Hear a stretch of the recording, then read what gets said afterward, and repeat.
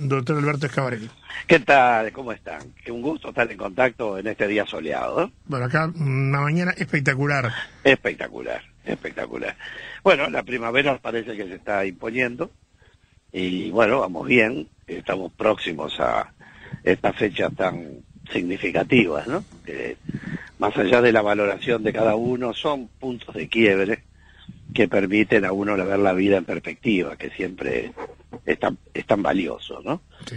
Y tan especial, estoy diciendo un lugar común, porque está ya tan dicho, pero realmente son días que vamos a tener que usar mucho el teléfono, las videollamadas, estar cerca de la gente que está sola, porque además hay mucha gente que está con un enorme temor, naturalmente, y porque las noticias son muy duras, digo, cuando el propio comité científico y el propio presidente de ACE, es un hombre que trabaja con mucha firmeza, está diciendo que a partir del mes X no van a haber más CTI suficientes como para atender la demanda. Bueno, hay toda una franja en el país que cada vez es más amplia en edad, pero está concentrada, que está con un temor reverencial, ¿no? Digo, es un momento muy difícil. Por lo tanto, el estar cerca, la llamada que siempre fue fraterna, familiar, amistosa, cariñosa, incluso para acompañar a la gente que está sola o quedó sola.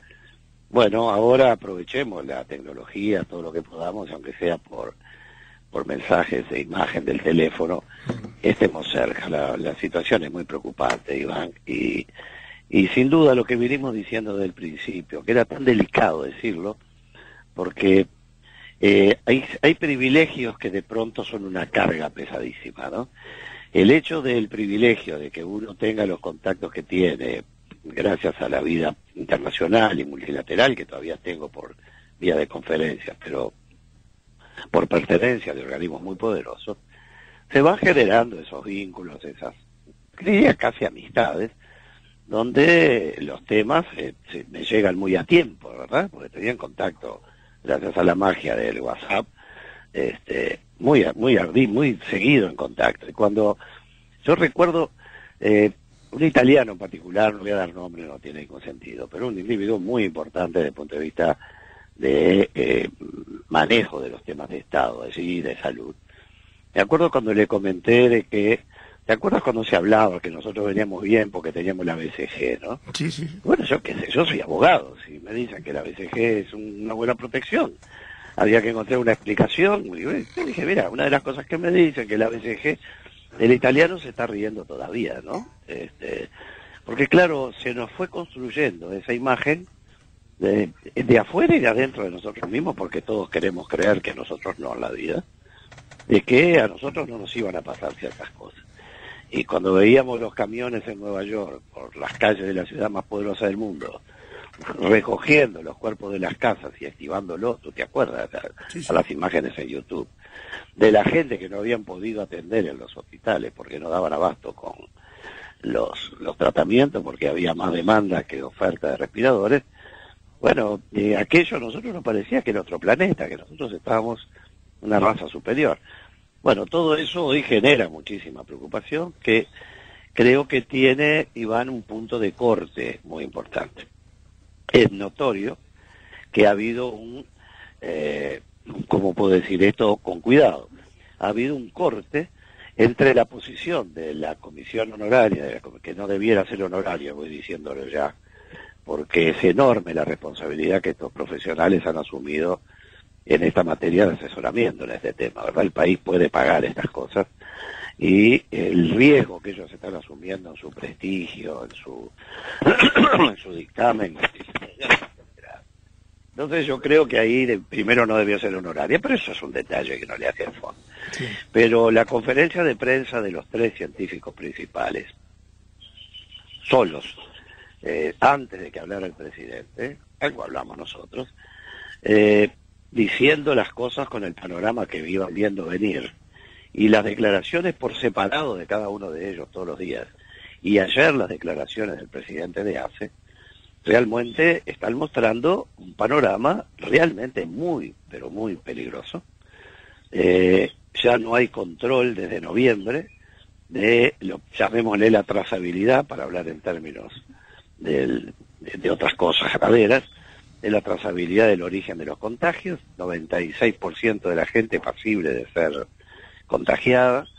No tenemos inmunidad de ningún tipo y tampoco sabemos bien cómo encararlo, porque tampoco hay tratamientos que definan una forma de hacer esto y salvarse. Y ahora lo que es peor, la gente que salió del COVID que tuvo, que se dieron por recuperadas, está ahora saliendo la información, leía BBC antes de ayer, que están teniendo patologías que no sabían que las tenían, Sí. y que le surgieron a consecuencia derivada de un virus que no se sabe cómo trabaja, digo, ¿no? Por eso la vacuna es tan importante, y es tan importante lo que me decían sobre el tema de que realmente las vacunas que vienen tan avanzadas y son tantas, van a tener que entrar a sumarse. Por ejemplo, la mexicana y la otra se están sumando ahora con la rusa, y para tratar de aumentar los porcentajes y ampliar el espectro del bombardeo del virus. Y sería formidable verlo de cómo están haciendo las vacunas, porque uno, por supuesto, está leyendo material de difusión. Esto no está en el New York Times, en el Washington Post, está en la BBC, pero si pueden ver, googlear allí cómo están construyendo las vacunas, es algo cercano a lo, no sé, a una cosa impensada, ¿no? Los individuos están trabajando sobre el virus, que caben miles en la punta de una aguja de alfiler. Están trabajando sobre el virus, le encuentran la cadena cromosómica, le cortan un trocito, debe no creerlo, eso se parece ciencia ficción, y sobre ese trocito trabajan para ingresarlo al cuerpo humano, que las células se acostumbren a reconocer ese trocito no contagia, porque es una parte de eso, ¿no? Y ahí los linfocitos T y todo lo que explican, hay que verlo, porque es un proceso, pero eso uno se explica por qué cuando vino aquel tema terrible de la polio, por ejemplo, que yo lo vi, y pegó en mi familia incluso, era una cosa que era fantasmagórica, porque pegaba y no se sabía de dónde venía ni cómo venía, y hasta que llegó un día la vacuna. Pero las vacunas tardaban años. Esto que se está haciendo es un récord, obviamente producto de la tecnología gigantesca que significa la informática, los big data, la velocidad de información y procesamiento. Pero en fin, a lo que iba es que está claro que hay una línea divisoria entre lo que opinan los científicos y las medidas restrictivas que ellos quieren que se apliquen. Ellos fueron muy claros, han salvado totalmente su responsabilidad.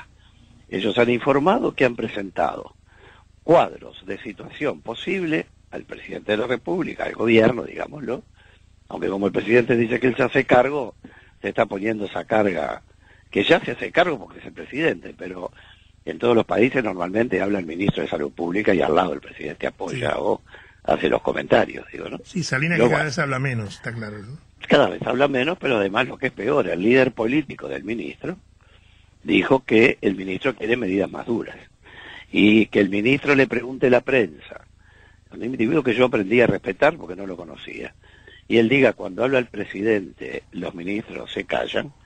Bueno, no, yo creo que ahí comete un error, obviamente es un error de parte del ministro, porque cuando habla el presidente, si en la cartera, que es la especialidad del ministro, lo que dice el presidente no está acorde con lo que el ministro piensa, el ministro no puede quedarse callado la boca. Exacto. Tendrá que decir lo que tiene que decir y irse, porque está hablando de la vida de la gente. Lo dijo en la entrada a la torre ejecutiva de eso. Sí, por eso, fue terrible, esa frase fue terrible, porque vino abonada por lo que comentó el propio senador Manini, cuando dijo que el ministro estaba en una posición de tomar medidas más restrictivas. Entonces, uno suma, 1 más 1 y da 2, no tiene vuelta, más la conferencia de prensa de los científicos, y más la declaración del presidente de Asia ayer, diciendo que no va a haber capacidad de atención en febrero. Vamos a semanas de todo esto. Sí. Y bueno, ese no es un panorama que uno le puede decir a la gente así, salir de la libertad responsable y pasar a la burbuja. La culpa la tenemos todos, pero no, también hay mucha gente imprudente, obviamente que sí, y todos lo seremos a lo largo del día, capaz sin darnos cuenta, pero hay que tomar medidas drásticas. A ver, si París, como decíamos siempre, si París tiene una especie de toque de queda, Ayer me mandaron de Estrasburgo, hasta de ayer, unas fotos, que tengo un amigo ahí muy importante, comisario europeo, que es una de las ciudades más soñadas que yo he visto en la Tierra, ¿no?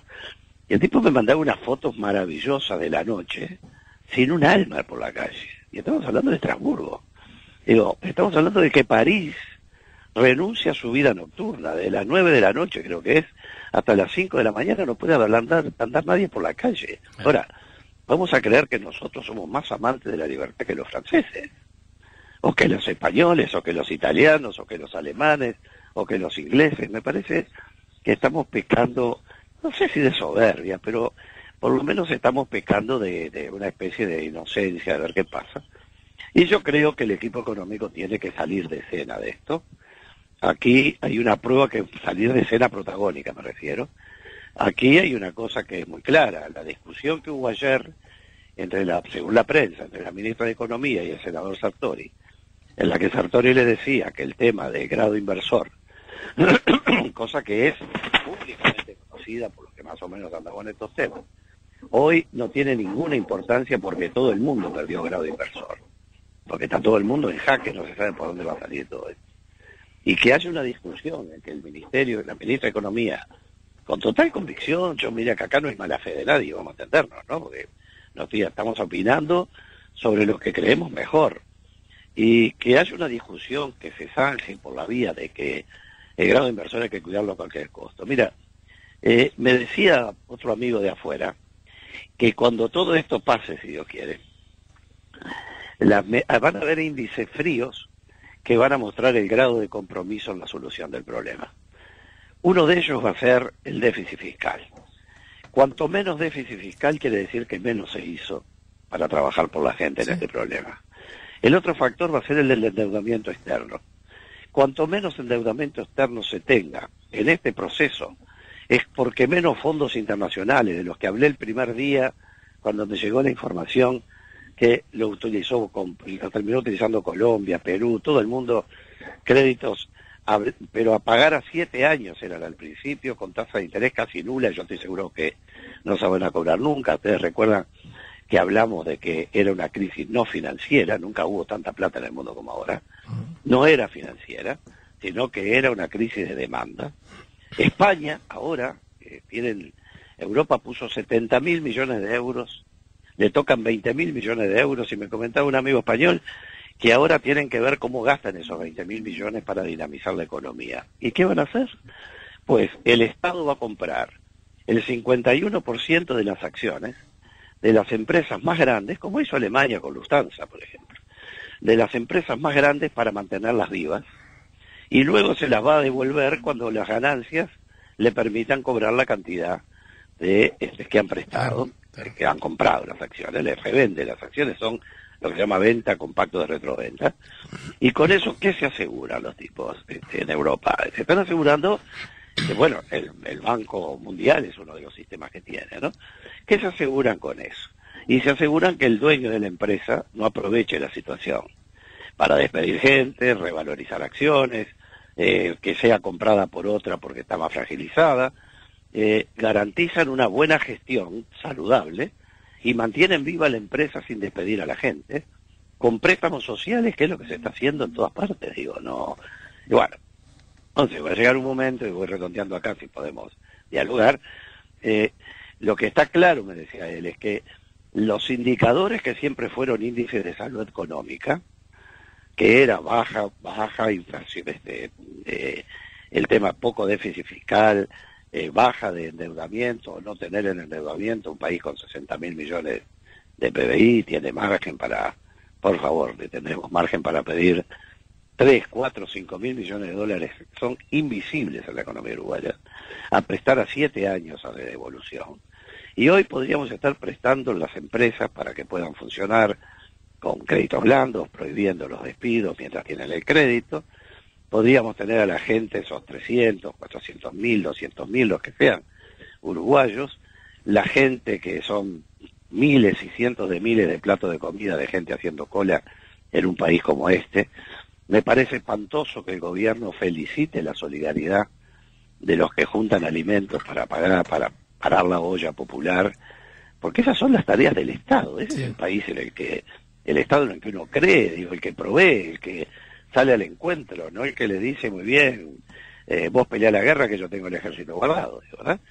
El tema de los operadores de salud, corto acá. El tema de los operadores de salud, que en realidad son nuestras verdaderas fuerzas defensivas del país en este momento.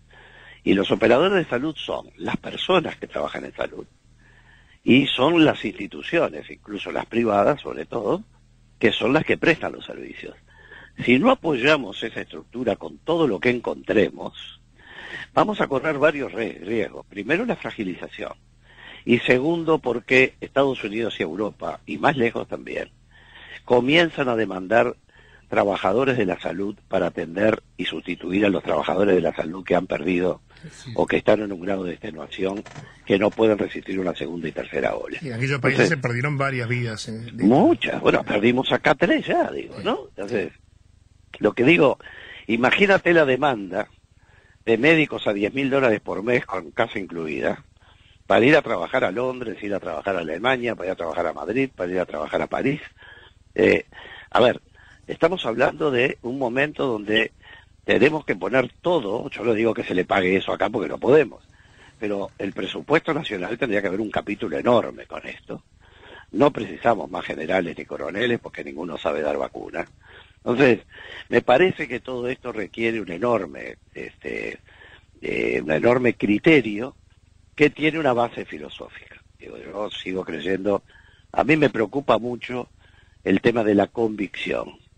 En derecho, los magistrados pueden fallar por convicción, o hablan de los elementos de convicción suficiente, que es una especie de convencimiento personal sobre los hechos. Pero no es una convicción que construye sobre la marcha, es una convicción que está arreglada, como es que deben llegar hasta el punto de tener una convicción. Bueno, yo no preciso que el presidente tenga la convicción, yo preciso que y hablo yo, que soy el que menos importa, lo digo para no colectivizar. Lo que uno precisa es que el presidente que está a cargo, está claro que está a cargo, es el presidente. ¿Quién va a dudarlo? Ahora, estar a cargo, si le falla el proceso, ¿qué significa? Que renuncia a lo que hablamos el otro día. Yo no tengo ningún interés en que el presidente renuncie, al contrario. ¿Qué es hacerse cargo? ¿Demandarlo? ¿Y qué le vamos a cobrar los muertos? Está claro que está a cargo, sobre todo en un gobierno radial, donde una coalición electoral de gente que no tiene mucho en común entre ellos mismos, termina siendo un gobierno radial al mismo tiempo, de presidente con cada ministro. Y ahora ya vimos las diferencias de lo que es el sector del senador Manini, la primera de ellas en esta tesis que yo planteé de lo que es el presentismo patológico de ir a trabajar enfermo, que se quería, en lugar de darle a los privados, se le sacaba a los públicos, y que el partido de Manini se paró en contra y dijo, yo no lo voto. Claro. Entonces, estamos viendo filtros importantes que quizás tienen mucho que ver con concepciones ideológicas, ¿no? Sí.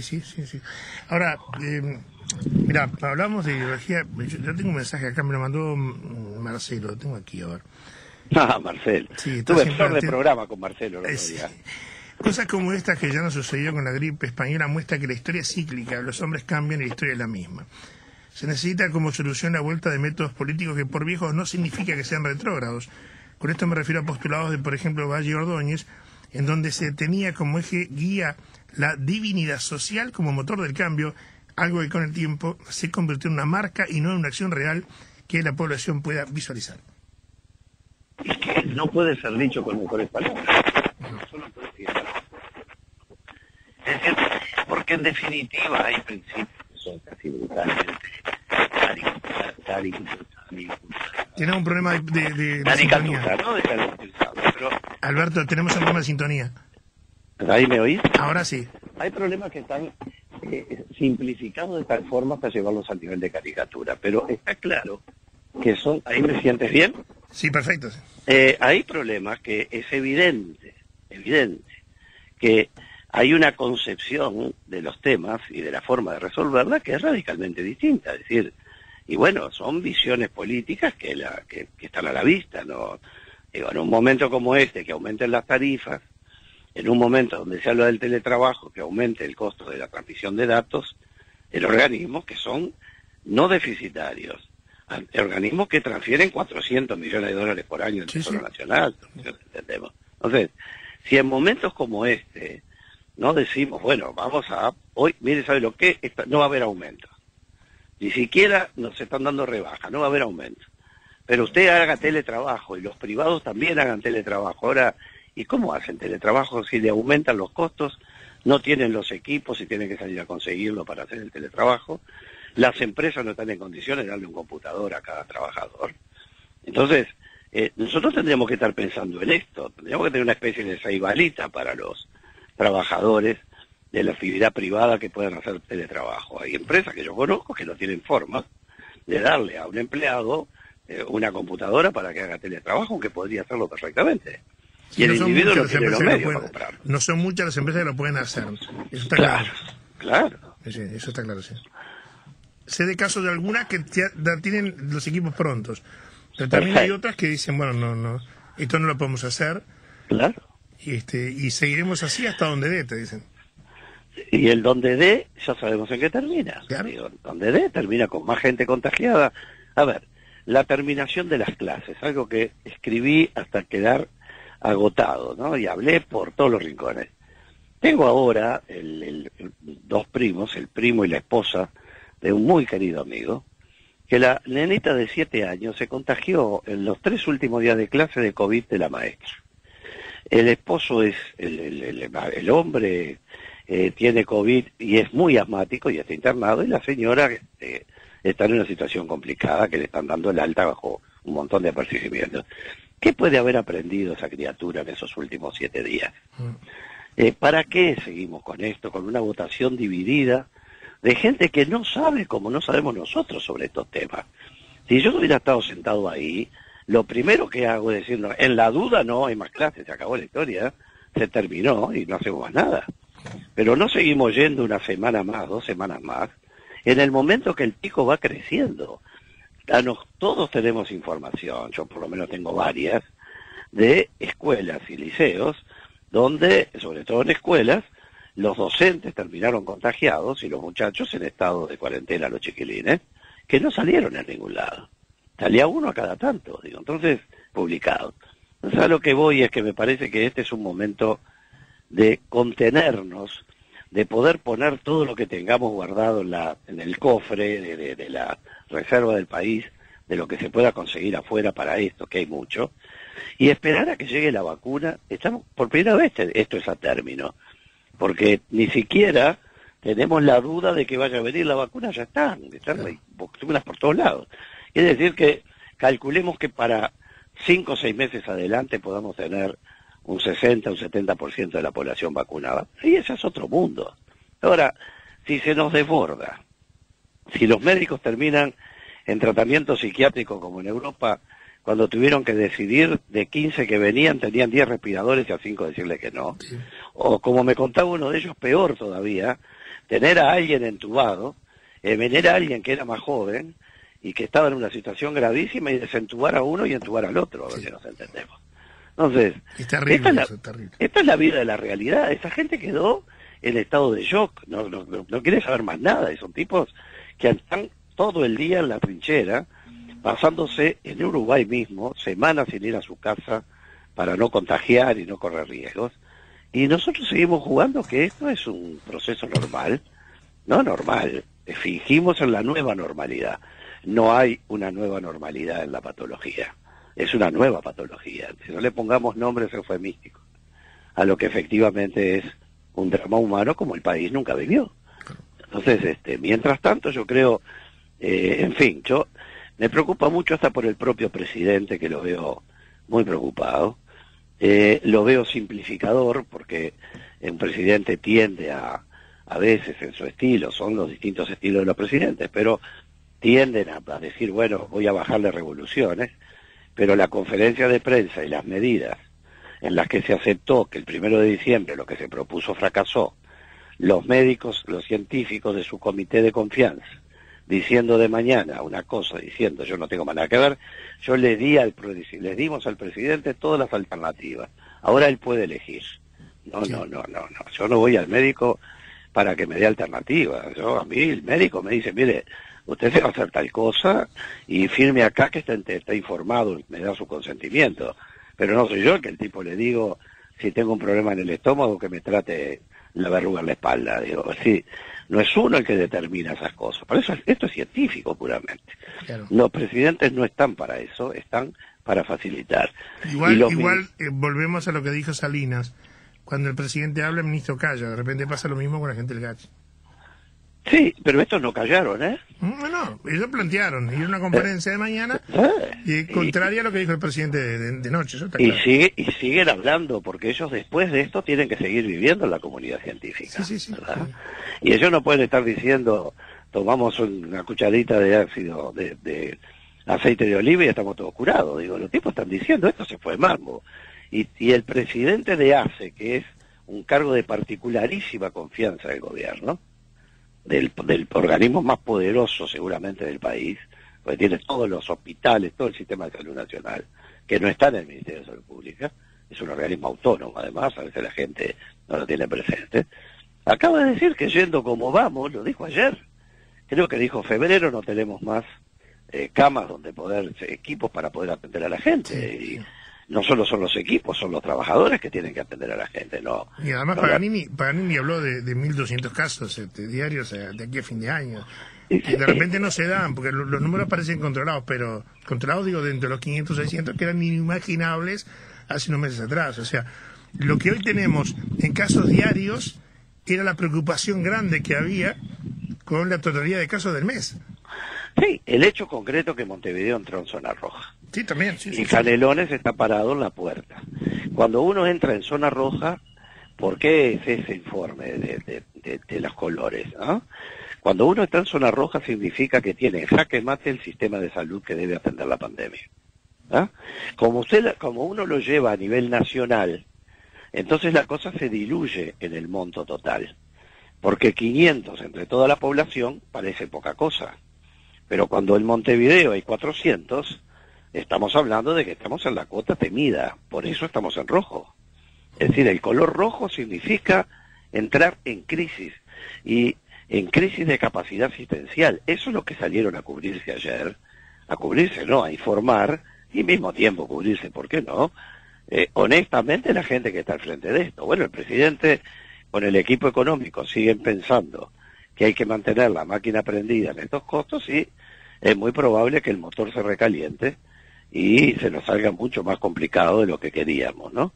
En definitiva, yo creo que en estas fiestas hay que tener un enorme cuidado. Yo creo que habría que disponer rápidamente la prohibición de las salidas nocturnas. No voy a hablar de algunas cosas que no lograré entender.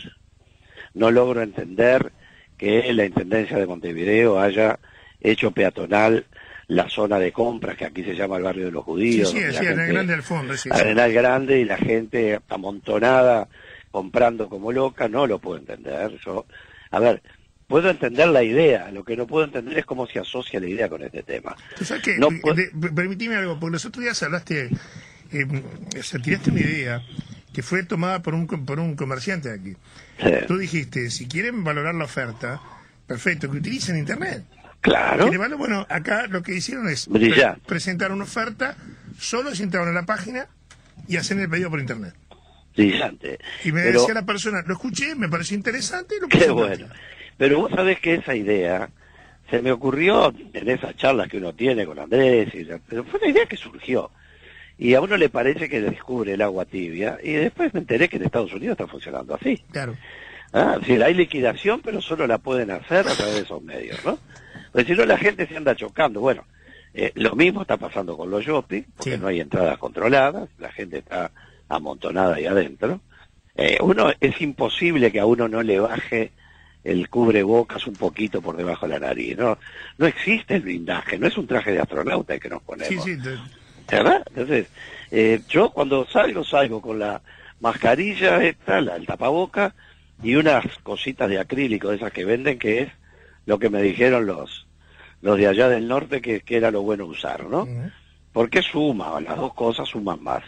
Pero de todos modos uno no está todo el tiempo perfectamente puesto, no entra aire por la nariz, Y bueno, y el otro tema que ahora me voy a poner de curandero, ¿no? Acá termino preso por ejercicio ilegal de la medicina.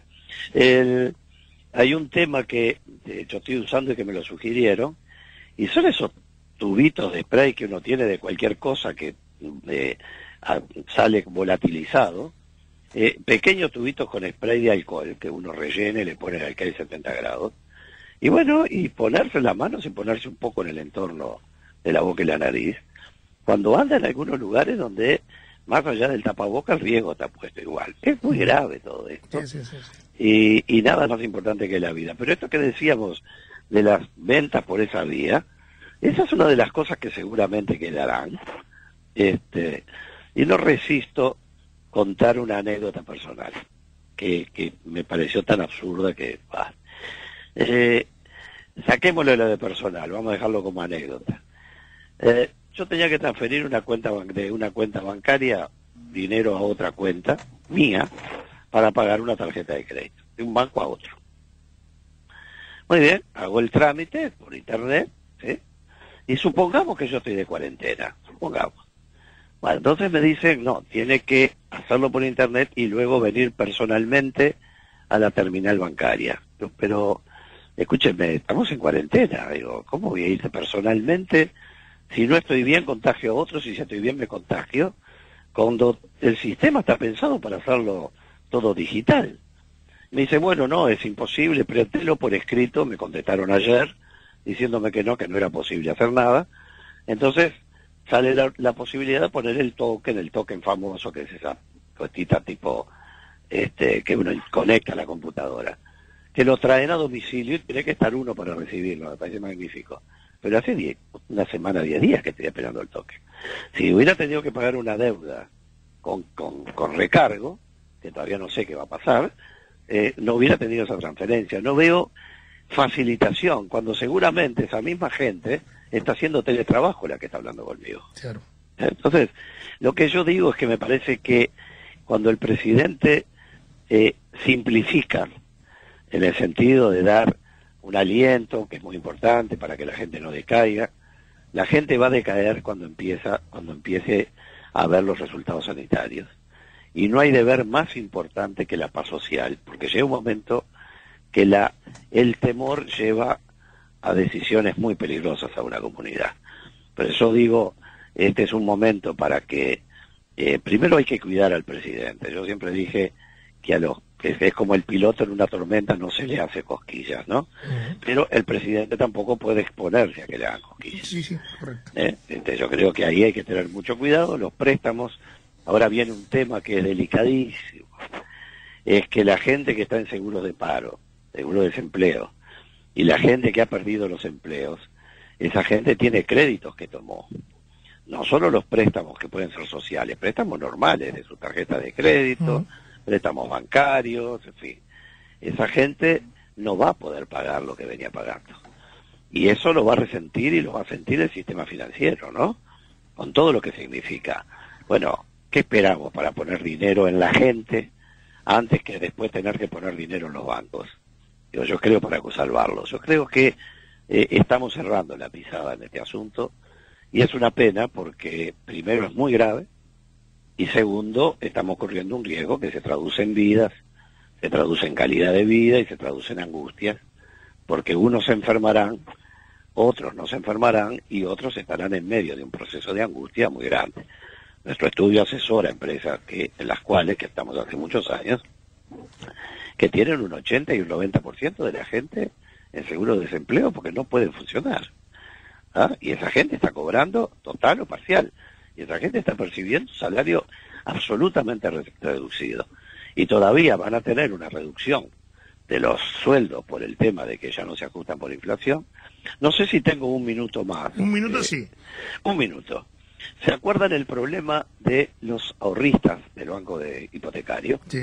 Con los famosos colgamentos que estaban debiendo en URs, que se ajustan por los salarios, y querían pasar a IPC, que se ajusta por inflación. Como antes, hasta hace poquito, los salarios aumentaban más que la inflación, querían salir de la UR, que aumenta por los salarios, para pasar a la inflación, que era más baja.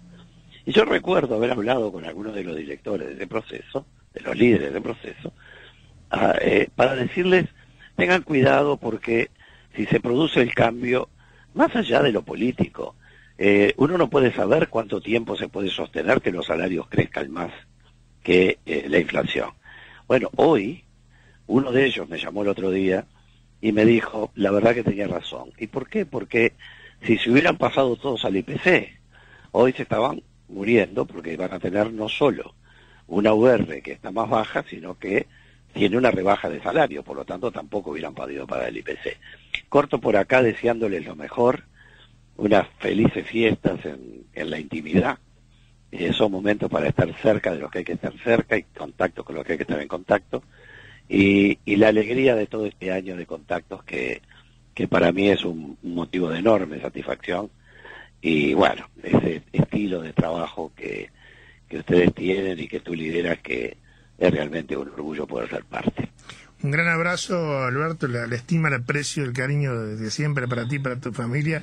Ya nos saludamos con Andrés, que realmente es un lujo tenerlos a ustedes aquí, cada uno en lo suyo, haciendo aportes que son relevantes y que generan reacción de parte de la gente. ¿Qué es lo que queremos? Queremos abrir cabecitas, queremos que la gente empiece a entender, que la gente razone por encima de la cuestión política. ¿Qué tenemos que ver?